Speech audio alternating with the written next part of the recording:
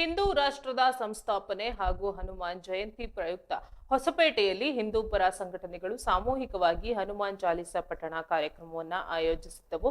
ಹೊಸಪೇಟೆಯ ವಡಕರಾಯ ದೇವಾಲಯದ ಆವರಣದಲ್ಲಿ ನಡೆದ ಈ ಕಾರ್ಯಕ್ರಮದಲ್ಲಿ ನೂರಾರು ಜನರು ಭಾಗವಹಿಸಿದ್ದರು. ಮಕ್ಕಳು, ಮಹಿಳೆಯರು, ಯುವಕರು ಮತ್ತು ವೃದ್ಧರು ಸೇರಿದಂತೆ ಸಮಾಜದ ವಿವಿಧ ವರ್ಗಗಳ ಜನರು ಉತ್ಸಾಹದಿಂದ ಹನುಮಾನ್ ಚಾಲಿಸಾ ಪಠಿಸಿದರು. ಕಾರ್ಯಕ್ರಮವು ಸುಮಾರು 2 ಗಂಟೆಗಳ ಕಾಲ ನಿರಂತರವಾಗಿ ನಡೆಯಿತು. ಭಕ್ತರು ಹನುಮಂತನ ಸ್ತುತಿ ಗೀತೆಗಳನ್ನ ಪಠಿಸಿದರು. ಈ ಸಂದರ್ಭದಲ್ಲಿ ಮಾತನಾಡಿದ ಸಂಘಟನೆಯ ಪ್ರಮುಖರು ಹಿಂದೂ ಧರ್ಮದ ಮಹತ್ವ ಮತ್ತು ಹನುಮಂತನ ಶಕ್ತಿಯ ಕುರಿತು ಮಾತನಾಡಿದ್ರು. ಹನುಮಾನ್ ಚಾಲಿಸಾ ಪಠಣವು ನಮ್ಮೆಲ್ಲರಿಗೂ ಧನಾತ್ಮಕ ಶಕ್ತಿಯನ್ನ ನೀಡುತ್ತವೆ ಮತ್ತು ಸಮಾಜದಲ್ಲಿ ಶಾಂತಿ ನೆಲೆಸಲು ಸಹಕಾರಿಯಾಗುತ್ತವೆ ಎಂದು ಅಭಿಪ್ರಾಯಪಟ್ಟಿದ್ದಾರೆ. ಹನುಮಾನ್ ಜಯಂತಿಯ ಪ್ರಯುಕ್ತ ಈ ಕಾರ್ಯಕ್ರಮವನ್ನ ಆಯೋಜಿಸಲಾಗಿದ್ದು, ಇದೇ ವೇಳೆ ಹಿಂದೂ ರಾಷ್ಟ್ರದ ಸಂಸ್ಥಾಪನೆಯನ್ನ ಸ್ಮರಿಸಲಾಯಿತು.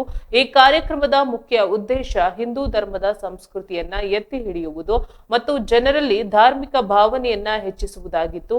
ಈ ನಿಟ್ಟಿನಲ್ಲಿ ಕಾರ್ಯಕ್ರಮದಲ್ಲಿ ಭಾಗವಹಿಸಿದ್ದ ಪ್ರತಿಯೊಬ್ಬರು ತಮ್ಮದೇ ಆದ ರೀತಿಯಲ್ಲಿ ಕೊಡುಗೆ ನೀಡಿದರು. ಪಠಣದ ನಂತರ ಹನುಮಾನ್ ಜಯಂತಿಯ ನಿಮಿತ್ತ ಮೆರವಣಿಗೆಯನ್ನ ನಡೆಸಲಾಯಿತು. ಮೆರವಣಿಗೆಯು ನಗರದ ಪ್ರಮುಖ ಬೀದಿಗಳಲ್ಲಿ ಸಾಗಿತು. ಈ ವೇಳೆ ಭಕ್ತರು ಹನುಮಂತನಿಗೆ ಜಯಕಾರ ಕೂಗಿದರು ಮತ್ತು ಭಕ್ತಿಗೀತೆಗಳನ್ನ ಹಾಡಿದರು.